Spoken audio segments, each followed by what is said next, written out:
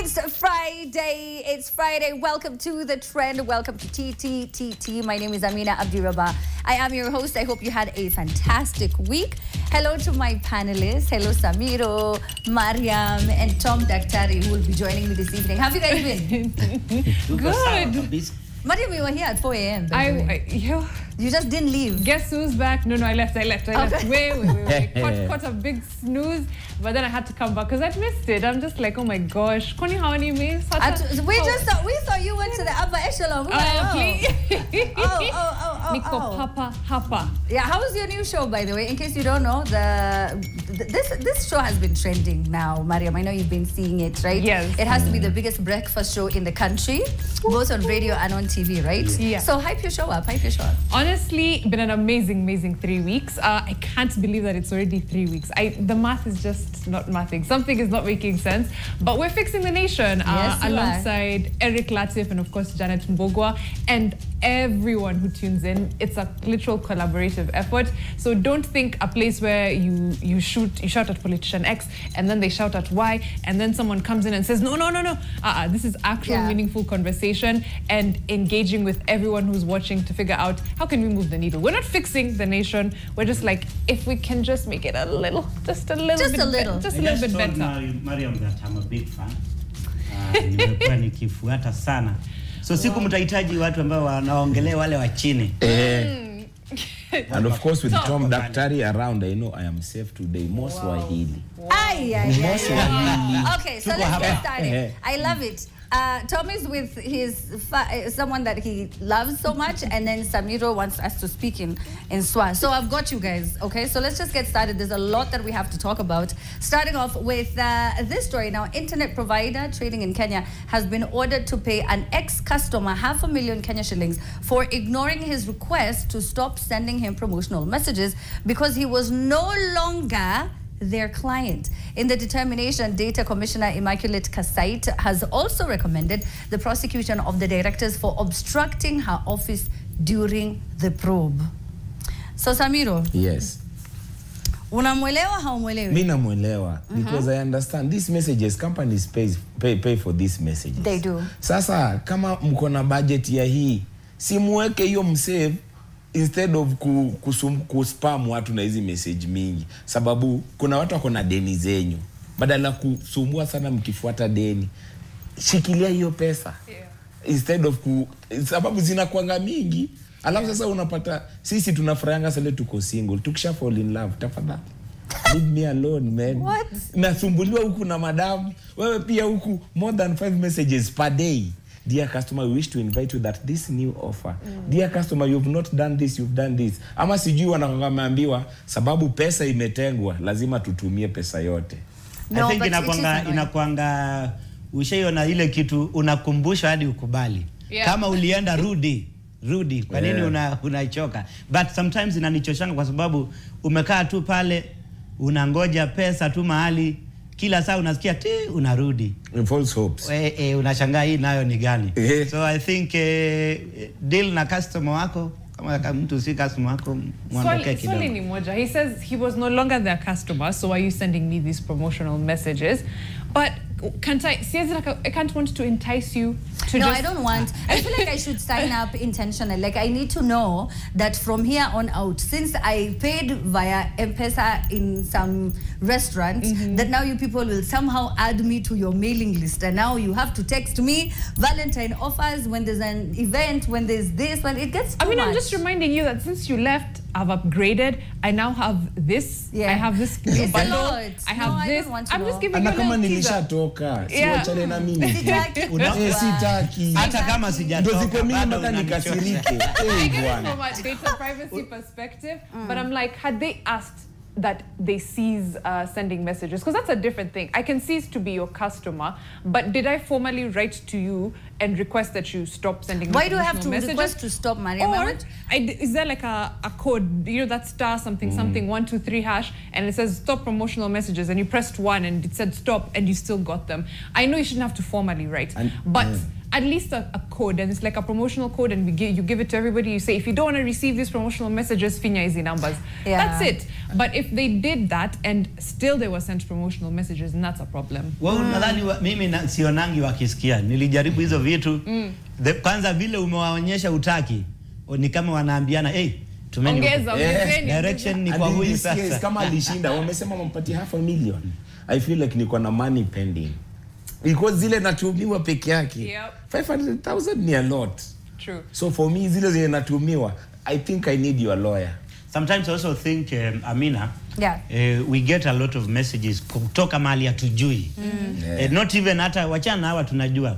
Leo I can assure you ukiingia kwa simu yako utapata messages zimetoka tu sijui wapi. And then you don't know walipewa namba yangu na nani. That's what I'm saying, Mariam. Instead of telling me, asking me, do I want you to stop sending them? I don't want you to begin. Don't start. I don't want you to send. I don't want. I mean, don't start. There is not a single promotional text I've ever received that I've thought, oh, I have to be the bad guy here. They have an offer. It's in the terms and Let's conditions. head on down to the supermarket now, and I've never. No one reads the terms and conditions. It's right there. It's just that they're made purposefully, like in very small text, so that you don't go through the whole thing, and it's like 90 pages. But hapo kwa terms and conditions, it tells you that you are accepting that you will be sent promotional messages on this number or on this. And the reason they have made. And the reason why those fonts are so tiny, or you have to read between the lines to so sort that of know, you don't see. Exactly. And they know that people will not sign on those things and say, yes, please send me all your future promotion. I don't want to know. You went to a random club in Eldoret one time, and now here you are. You know. Every Friday unakumbushwa. Every Friday unaambiwa leo DJ. It's a problem. Mimi kwanza kuna kitu imenikasirisha sana. Kuna siku moja ninaamka ninaona tu message. Ile ilinikasirisha kabisa ni nimeangalia, nimekasirika, nikapata kumbe ni skiza yangu. Najiambia wananitumianga nini hivi. So I can assure for the first time, na nikiscroll nikaona kumbe wamekuwa akinitumia zangu pia. Yes. Okay. So I think mimi naweza sema tumia watu tu kama ni watu ambao, for example, if we are working together, for example, kama ni message ya Nation, tunasema Nation tunataka kufanya hivi, Amina utaipata na uta complain. I'm not saying I'm a fan of those messages, but it's in the terms and conditions. You've agreed that they will send you promotional messages. If he said stop, I'm not a customer, and they continued sending, that's a problem. But if it's just an assumption, I don't know. Anyway, I think also when you cease to be a customer, kama umefunga line yako, for example, automatically that should take you off their mailing list. So there's also that. But they just got him on a bad day. It was like, and these messages, why do they keep sending them? All right, 500K. Kakamega siblings, 42-year-old Ruben Lutaboni and his 40-year-old brother, I don't know if you guys saw this, his 40-year-old brother Michael Lukala disagreed on the size of ugali they were going to prepare, leading to Michael's death. Ay, yamani. I mean, I know we make jokes about lunges and ugali and food, and I mean, this is quite unfortunate. May his soul rest in peace, but was it that deep? I mean, I have to say though, sometimes these siblings fights can get very ugly. They can get out of hand. Yes. Let me just say that. How many are you, Samiro? We are 5. You're 5. Yes. Okay, now you're 5. Yes. Did you guys used to fight growing up? Mimi ni wale tu nilikuwa naenda kushika ugali na mbwa ujue wengine hawajakula. That is what I can say for myself. Okay. Yeah. All right. So then you guys never used to fight a lot? Not really. Okay. So Tom? Mimi the fights were there. All right. But haijawahi fika hapo. Haijawahi fika hapo. Hii ni extreme. I think mtu anakuja na zile hasira anaenda overboard. So mimi kwetu ilikuwa na hasira, but hasira ilikuwa inatokea wakati mimi nimetoka shule, nishajiambia hata nishajipanga vile naenda kukula ile chakula. Already hata zingine mimi nimeweka mahali. So nikitoka nashangaa kwa nini nikiwa shule niko na furaha, kumbe kuna chakula iko mahali. Alafu unafika unapata washa deal nayo. And then hapo mmekosana. Siku moja tumekosana sana na sistangu. It was so bad until nika realize kumbe ilikulwa na umbwa. Hata ile fight ilikuwa inatokea kwetu ilikuwa, which was a very unlikely occurrence. Ati nimetoka pale nikasema leo sina appetite. Hiyo yangu hiyo itapiganiwa. Unaona? But ati on a normal day tu hiyo sababu pia ule alikuwa amepika. Ule alikuwa mkali. Ile mwiko ingekutembelea baada ya kutembelea ugali, but at the end of the day mimi najua pale hakukuwa na hiyo vita sana. Vita ilikuwa tu venye nimesema mimi. Unaenda kushika hivi hata kama ni sufuria ya nyama. Unaomba wewe utapakua wa mwisho. Mariam, but huko imeenda sana huko. Yeah, imeenda sana lakini ikafika vita paka huko kote. It gets out of hand. I mean, we were two and fought like sana when we were kids, but again never to, you know, anything serious. Alafu at some point you just stop fighting, you just grow up and you're like, okay, or you fight with words now, you know, and siblings will always fight, but this one is super dangerous, the escalation. In the video, they speak about the fact that they had an ongoing feud that had been bubbling and bubbling and bubbling. So maybe the ugali was just the catalyst. It was just, this is the last final straw. Nail, yeah. You know, the thing that breaks the camel back. What do they call it? Straw. Yeah, the straw that breaks the camel's back. If it was already boiling and it had been pent up energy, bad energy for years on years on years, it just takes one tiny thing to be that last thing. Also, they're 40 and 42. So this is not like, you know, sometimes when you hear siblings fighting, you just assume children or teenagers or something of the sort. 40 and 42 is quite old. It's also, I would say, the indignity of poverty to some extent. Because you fight over the size of ugali when there's no options, when it's, you know, it's do or die. It's a meal it means a lot more to you than just a tea supper, you know. Yeah. And that's something that we also have to take into account. But I don't know. I felt really bad for the mom. I also, again, 40 and 42, these are grown men. It's not about ugali, but there's something there about... Yeah, you're right. You're absolutely right. Because the size of ugali would not... Yeah. This would not have been reason enough for them to fight. Kijiko, lakini sio kijiko. Say kijiko. Something that has been boiling up and boiling up. 2 weeks ago, Samiro. Na bado sija kuconfront story ya Odem. Ukambia sijui fadhe nini. Shamba yangu ile kipande kidogo ukaona step. Exactly. Unaona? Sasa imekuwa ikipile up. Mtu akikwambia nimekuwa nikikuona. You know, unajua nimekuona sana. Uliniomba do?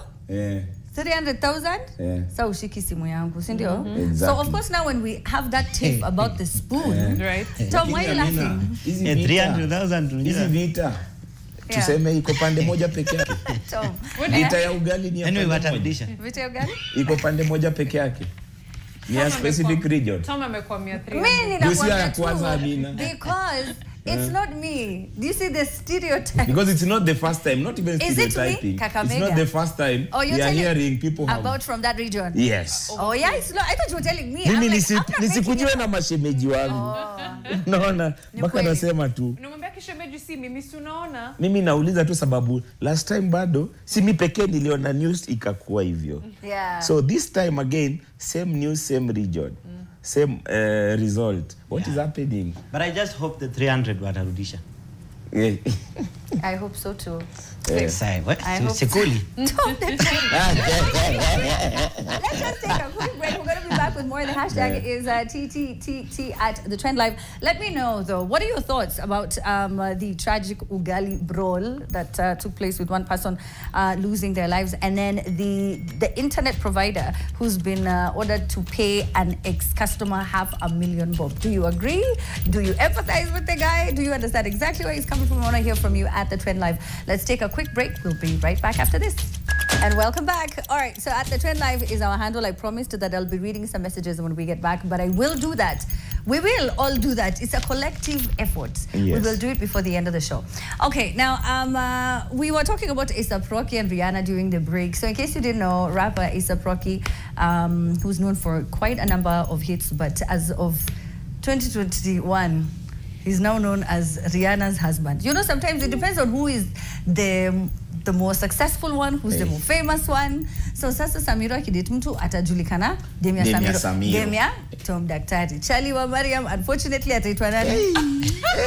Ataitwa Charlie ya Mariam. So he only in easy circles za huku.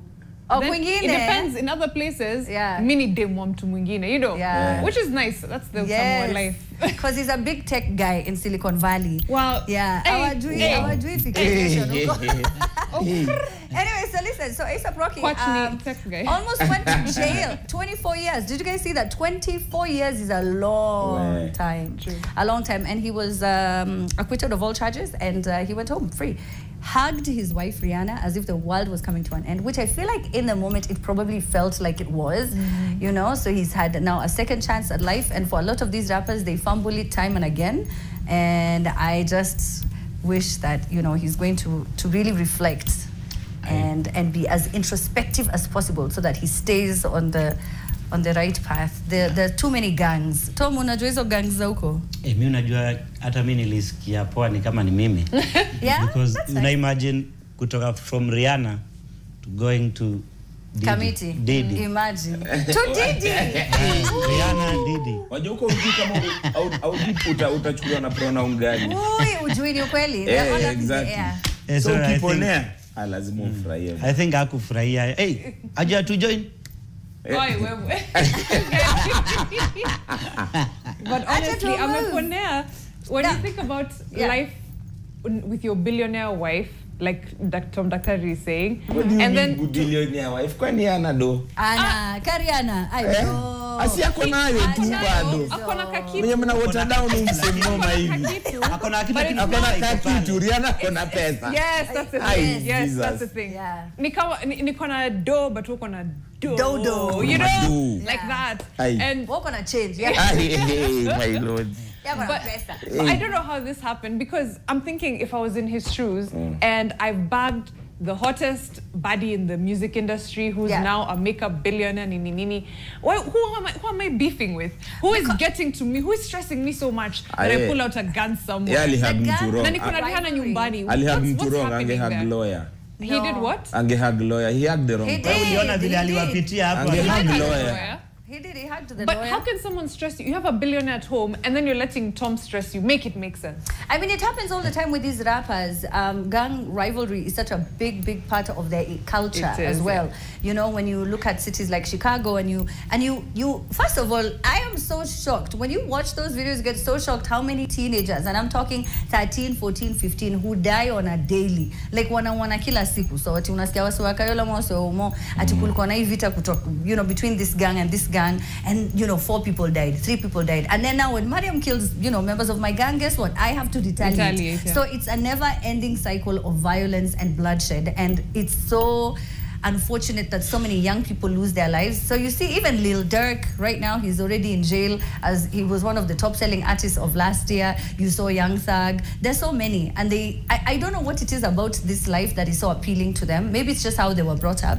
So there's a respect you get if you're in a gang. Sometimes you need to know when to leave, right? I feel like Jay-Z is a perfect example of you need to know when to leave. But he wasn't in a gang. He was just selling drugs. That's different. That's true, but he left the life. He still managed to leave the life. Because so many people, even without the gangs, they're still involved in just weird shit from the hood, weird people, weird places. And they're just, I don't know, it's a very strange way of looking at life. And you're like, okay, if you've managed to move on from that and you've been elevated to a new stage of life, Sibasi, you go in and because Mariam, you feel like you're not being respected. Old habits appear. And then remember, they're rapping about what they're doing. So like, for example, there was not Pop Smoke, there was a rapper who was shot dead. Now I've forgotten his name. He was one of the worst, and everything he said was not an exaggeration. So in his music, when he's like, we come there, we empty a clip, it's real. Anyway, let's go on to other stories. I'm so sorry, guys. We have to talk about this now. Instagram is currently testing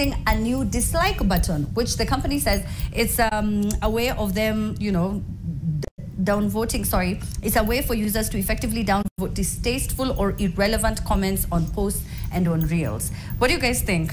It's supposed to be only for comments. Is it and only not comments, the actual not content This is itself. what I So you love. dislike a comment. Aye. But I love the dislike button. That's my, like, I'm giving it a double thumbs up. Aye. That's amazing. I love the dislike button because it's like a way of it's rating comments basically. When you're going through, you find a viral video or you find a post in Nini, and people are being nice or helpful, and then there's always that one person who's either come to just add bad vibes or to put a crypto link there that's going to sell you to some site, or to just put some weird videos. You need that person off there. So if enough people dislike that video, even before Sijua community manager comes in, it's already been downgraded to the bottom of the comments. Or if I come to your video, Samira, and I'm like, this is so entertaining, and I like it, or I decide I'm in a bad mood and I say something really negative, then everybody will be like, no, but we are on this wavelength. Why are you here? And we dislike, and it's gone. So I like the dislike button. Kama hiyo dislike button, I hope itakuwa inashow nani ame dislike, so that we can have more drama on that internet. Because that's spicy. It does show though. It shows you who disliked. Doesn't it? Like when you like someone's comment, I think you can click on the like button to see who are the two people. Yes, you can. So now for the dislike, it would be the same thing. It would be nice. But for these people, especially those that just comment because they can. Umeweka tu kitu yako mzuri hapo. Hata ula ubaya. Because they just want to draw. Ukae tu vibaya hapo. They don't like you. They have no reason why they don't like you. They just want to write. Tell me, you have haters. You're so sweet though. I think they are sent by my competitors. Haters everywhere. Because you're so sweet, honestly. But then at the end of the day, Tom, I feel like... Thank you for that. Can you take a moment? Okay. Really? Imingia? Yeah. Did you? Thank you so much. Really. Thank you. So, mi wana watu anakuja na comment tu vibaya. And you see mtu akisha comment vibaya, kuna watu wengi sana walikuwa wanatafuta tutaongea wapi. So they come down there. Wanaendelea na hiyo. Nilikuwa na shangaa. I don't like the guy. I don't like this. So you just dislike them. Waende huko chini. He's overrated. But at the end of the day, Tom, you can always take that. I think kwani wewe uko na I think it's like Twitter's community notes feature. That's what it's reminding me of, because when people post things that are obviously false on Twitter, and even I've seen it happen with Kenyan politicians so many times. Like yesterday when the PS, we'll get to that, when the PS posted a fake AI video, guys were just like, this is our foreign affairs. What is happening? Community notes. And as a result, he I'm sure was getting those notifications like community note, another community note. So the same thing. Even whenever you post something that's out of pocket, everyone in the comments will just be like, dislike, and your phone is buzzing. You're like, I'm getting interaction. No, you're getting disliked. I like it. But that's another thing. If you're a content creator, don't you think that is working to your advantage? How? Sababu, the client will ask for interaction at the end of it. So what wameongea, the more it's being talked about, the more inasonga kwa trending. The problem is if the client comes to that post akikuja sasa anaanza kuona akisema vile hawakupendi hataona product yake itatusiwa hapo. I remember so I see people follow me, unapata mtu ananifollow and then they write kitu mbaya kama huyu jamaa anifurahishangi kabisa. And then I look at the guy, is following me, is going through a lot. I can see it. I can see the profile picture. There is a problem here. Nasikia kumwambia saidia namba yako tafadhali. Najua ni mbaya. Najua si kuzuri. But I don't like it when mtu anaongea tu vibaya from nowhere. I think kama kitu ikufurahishi, don't comment. If upendi mtu, don't follow them. Just nivo. Can I ask you something, Tom? I'm going to Instagram. Sorry. To leave a bad. Sorry, I want to leave a bad comment. Ndio aniliza namba yangu watumeka kitu. Lakini Tom itakuwa boring. Kila mtu akikuwa mzuri. Ati kama nasikia kitu mbaya, sisemi. No, but unajua inakuwa ni level gani. You see, mimi nimekuja na kuna watu ukiangalia unaona hii ni satire tu. Huyu ana fun. But kuna mtu kabisa unaona huyu ameandika na roho. Huyu ameweka alikuwa. No, so but I just don't like hate. You don't hate me. You've never met me. Don't hate me. They do, Tom. I can assure you they do. I will find you. I will find you. Tom, I will find you. You're like 4'1". No one. It's scared of you. Okay, but you see, Tom, back when you were not now a person, an influencer, did you used to leave comments? On people's pages? Really, I positive only. Oh, just positive. You want there under chachi like kwenda kabisa. Never. Never. Okay, so there are people who they used to leave comments back in the day, and then now that they've become influencers, people are like, this you? You were touching this person, you were insulting this person, you were doing this. So I always tell a lot of people, you don't understand what it's like until you're on the other side, and you're like, oh, so this is how it is. Someone you don't know, someone who's never met you will just wake up and make up a story. They will look at you and they will project whatever it is that they are going through in their lives. Ndio kama Tom amesema hivyo. Labda kuna mashida pia ametoka tu kama wewe macha. Anashindwa huyu Tom alifikaje huku? Alipitia wapi? Mtu ako na masters. Anashindwa huyu mse alinipitaje? More than $1 million for what is he doing? How is he landing back-to-back gigs? So instead of me coming and asking Tom, help me, guide me, I'm like, by the way, kuenda, you are useless. You're not even funny. You're this. Instead of just asking for guidance. You know what I mean? Right. Yes. Anyway, so it doesn't inspire a lot of people. It just inspires the spirit of hatred. So keep on sharing. We love to see it. Anyway, the hashtag is TTTT. We have to take a break. I promise when we get back, we have to read your comments, so send them through.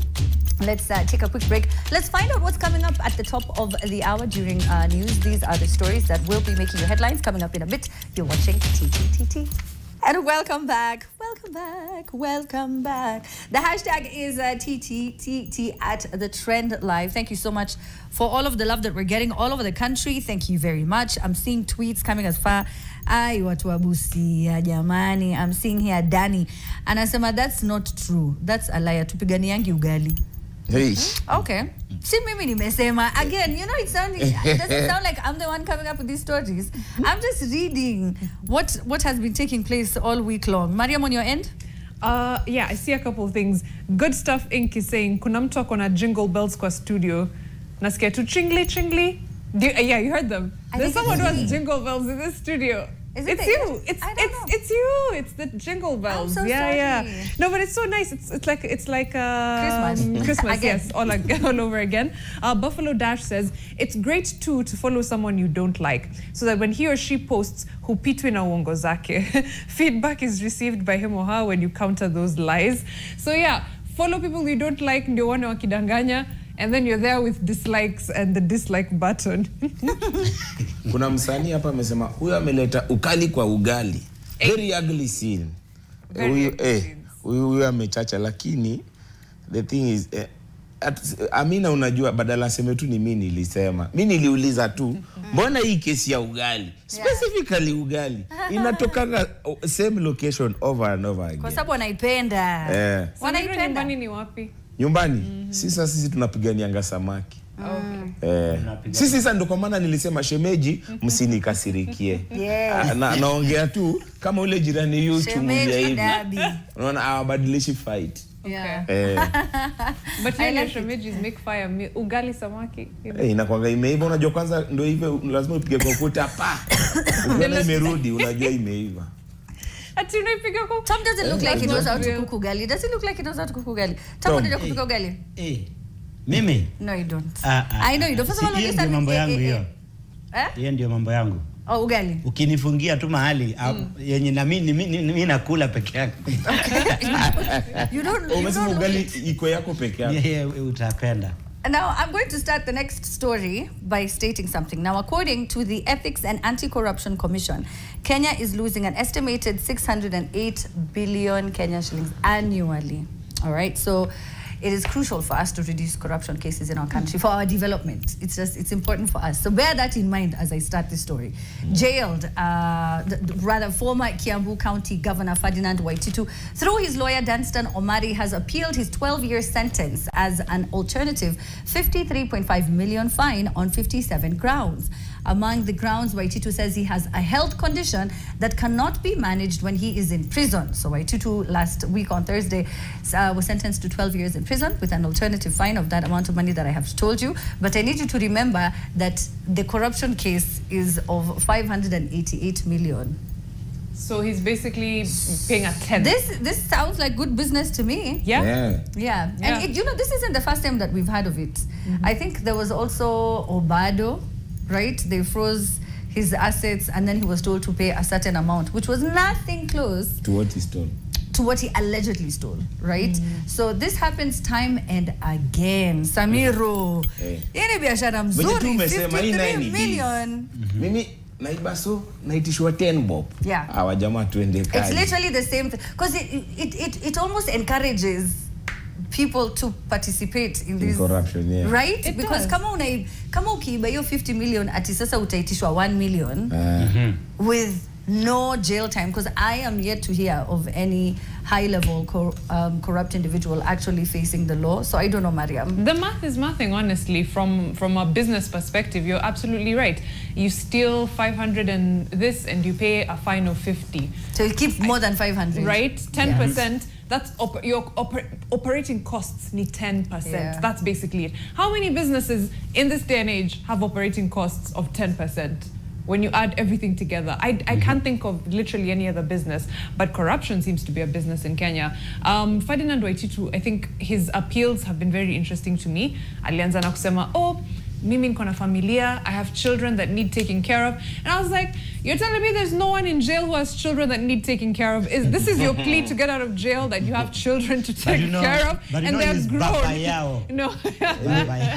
Please, no. They're grown men and women that you're saying, I have children to take care of. That didn't work. Okay, now it's an ailment. And these ailments are always very convenient. When it's time to go to jail, when it's time to appear in court, suddenly They're always sick. Yeah, the doctor. Yeah. Always sick. But I believe he's sick of the cases. He's just gotten sick of all that. No, but I believe why is he acting like the victim? You know, right? He's acting like he was singled out, like this is some unfair. But I believe the case is amechargiwa because of his involvement. Like is part of wenye waliiba hiyo pesa inatoshana hivyo. Wenye walikuwa hiyo pesa vile ilipotea ashapatikana alikuwa part.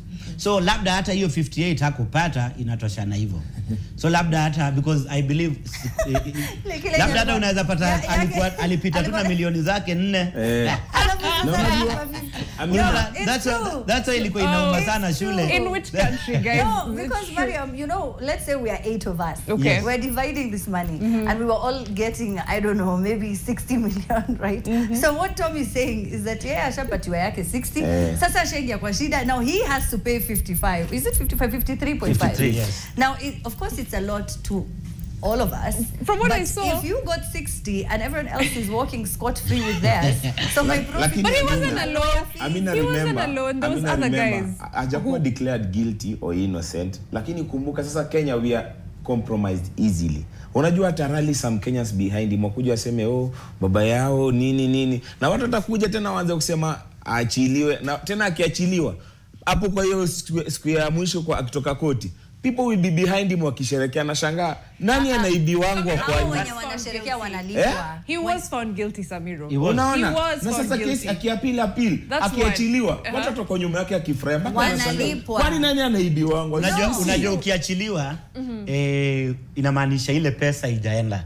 So pia kupea watu 100,000 1,000 itakuwa ngumu.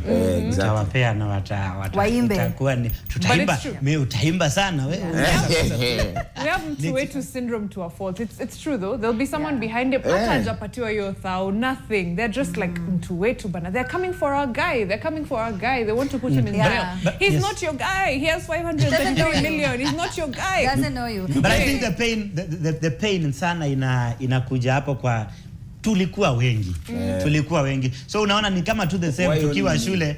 Ukiona mtu amepatikana mlikuwa na yeye unajiambia siendi peke yangu. But au wengine pia walifainiwa na wakajeliwa. I think if I'm trying to remember the names of the co-conspirators, but they were also fined, although some not as high as him, but I know there was one who was fined even more than him. So it's like they were doing proportional, like to what we think you stole. Yeah, ni ukweli. Ni ukweli. Ukijulikana, in fact you become, it is your name that it'll be part of the headline. Yeah, you know, they'll say Samiro and friends because Samiro is the one who's, I promise, if you're the one who has a bigger name, they won't even mention the rest of us. They will just say Samiro, this. I don't know if you remember the case with DJ John Falme. They would only write DJ John Falme and others. Because his name and brand was the bigger one. True. You know, so it is what it is. But, you know, real quick, if we if we ever get caught in a case like this, I am naming every one of you.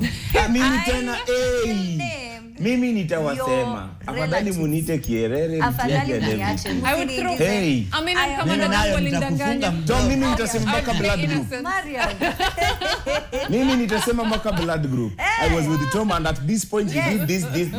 This is him, this is his house. Huyu ni bibi yake, mtoto, nani, asalimiwe.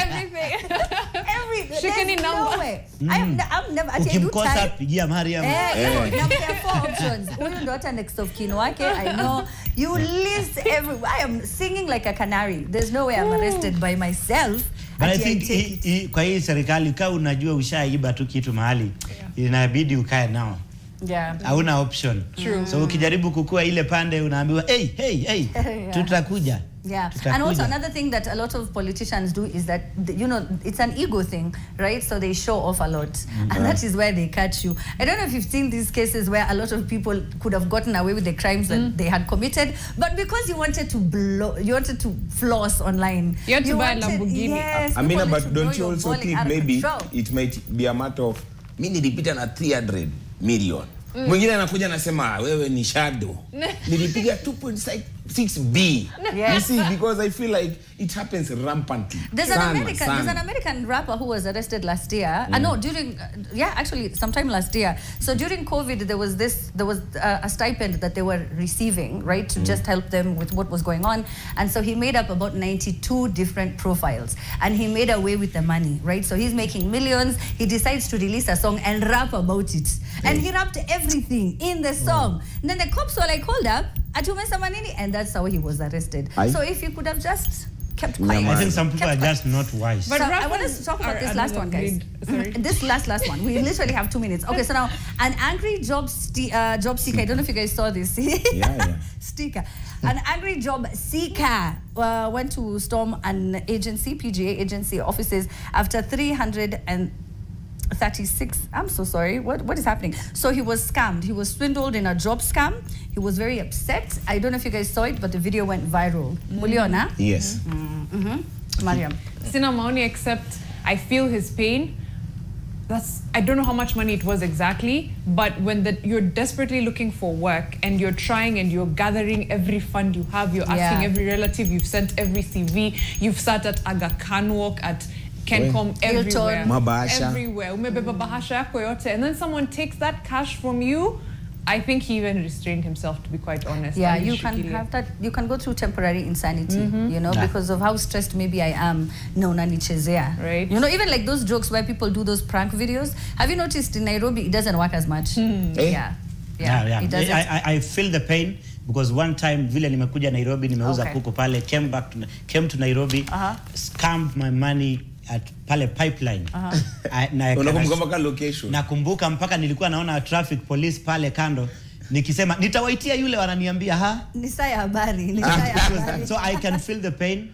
Na uwezi sema ati huyu kwani anaskamiwa kwani ni mjinga. No, you can't say that. Kwa sababu kuna mtu yeye akili yake anajiambia with this that I have I can get more. So wacha nitumie hii kidogo niko nayo nipate ile, alafu inakuwa mbaya. But it has always been the policy, scratch my back and scratch yours. Always patiwa kazi kama haujatoa. That's why it's like that in Kenya. But sometimes kama uko qualified sana. Usiitishe mingi. Wewe watu wanataka mimi nifutwe kazi. Samiro, thank you. Mariam, thank you. Tom, thank you. Unfortunately, we're out of time. As you know, this show flies. We just start and then all of a sudden it's over. But thank you so much for watching. We will be back at 10 p.m. Same format. We're going to have Daddy Mato. Tom Daktari, I understand you're staying. You should be staying. Mariam should be staying. And Cindy will be there as well. Samira Venue, if you want to stay. You're all welcome. You're all welcome. Catch you at 10 p.m. My name is Amina Abdurrabba. Time now for the news with Michelle and Gale. Bye.